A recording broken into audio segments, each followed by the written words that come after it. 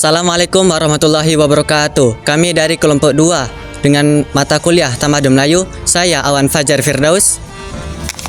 Saya Zahra Nur Hayati. Saya Alia Indah Julista. Saya Amanda Febriana Hidayeni. Kami di sini akan menjelaskan, menganalisis sejarah peninggalan kerajaan Melayu yang ada di Kepulauan Riau ini. Salah satunya di Pulau Penyengat, yaitu Masjid Raya Sultan Riau Penyengat.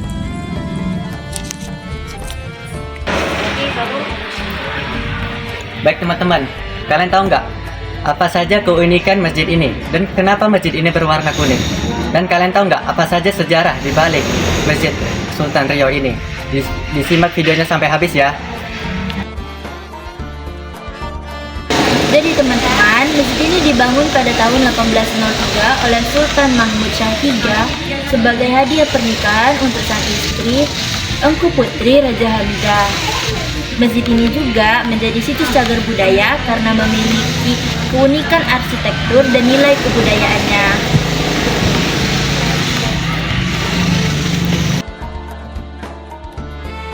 Masjid Raya Sultan Riau Penyengat ini memiliki 13 kubah dan 4 menara. Jumlah kubah dan menara ini bukan sembarang angka, melainkan 5 angka itu untuk rukun Islam dan 6 angka itu untuk rukun iman. Sisa 2-nya lagi itu adalah tambahan untuk melambangkan kesempurnaan dan keimanan. Masjid ini dibangun menggunakan campuran putih telur, pasir, dan kapur sebagai pengganti semen. Nah, warna kuning melambangkan kerajaan dan kemuliaan, sedangkan warna hijau melambangkan agama Islam. Nah, ini menjadi ciri khas masjid yang ikonik banget loh.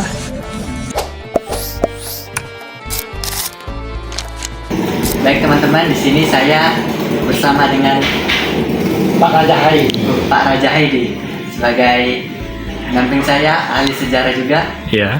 Dan di sini saya akan menanyakan beberapa pertanyaan ke Bapak. Jadi yang pertama ini, boleh nggak Pak?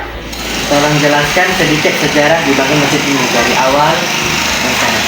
Kalau masjid yang ini dibangun tahun 1832 oleh raja yang bernama Raja Abdurrahman yang di Pertuan Muda ke-7.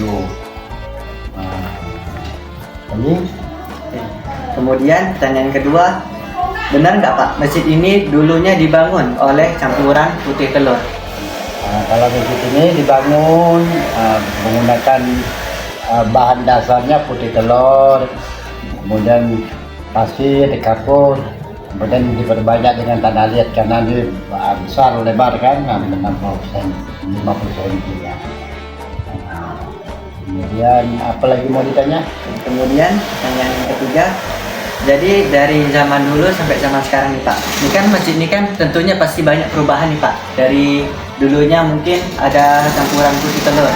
Nah mungkin zaman sekarang mungkin ada beda lagi Pak, ada perubahan Pak. Kayak ada misalnya dicampur semen gitu. Kalau masjidnya ini Ya. sebenarnya nggak ada perubahan, cuma plaster tipisnya aja yang dikasih semen karena udah mengalami perubahan cuaca kan, jadi banyak yang rontok-rontok misalnya, jadi kita masih pakai semen karena udah ada semen.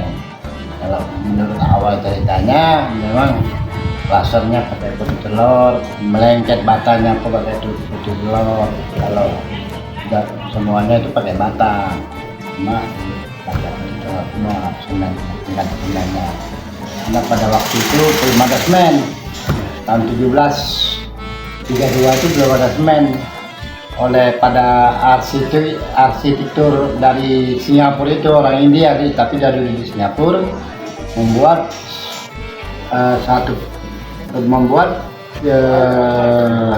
pengganti semennya itu pakai putih telur.